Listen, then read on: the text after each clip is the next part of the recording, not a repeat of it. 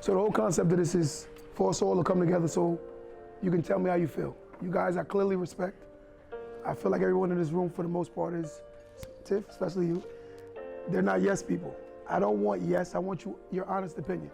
Because one thing about this book is once I release it, I cannot pull it back. So I wanted you guys' opinion about it. So I want you to honestly tell me how you feel about it. So I'm not going through the whole book, because it's a lot. It's over 2 hours worth of content. But I'm gonna pick out a couple of chapters, and I want you guys to tell me what you think. In this room, I see a lot of success.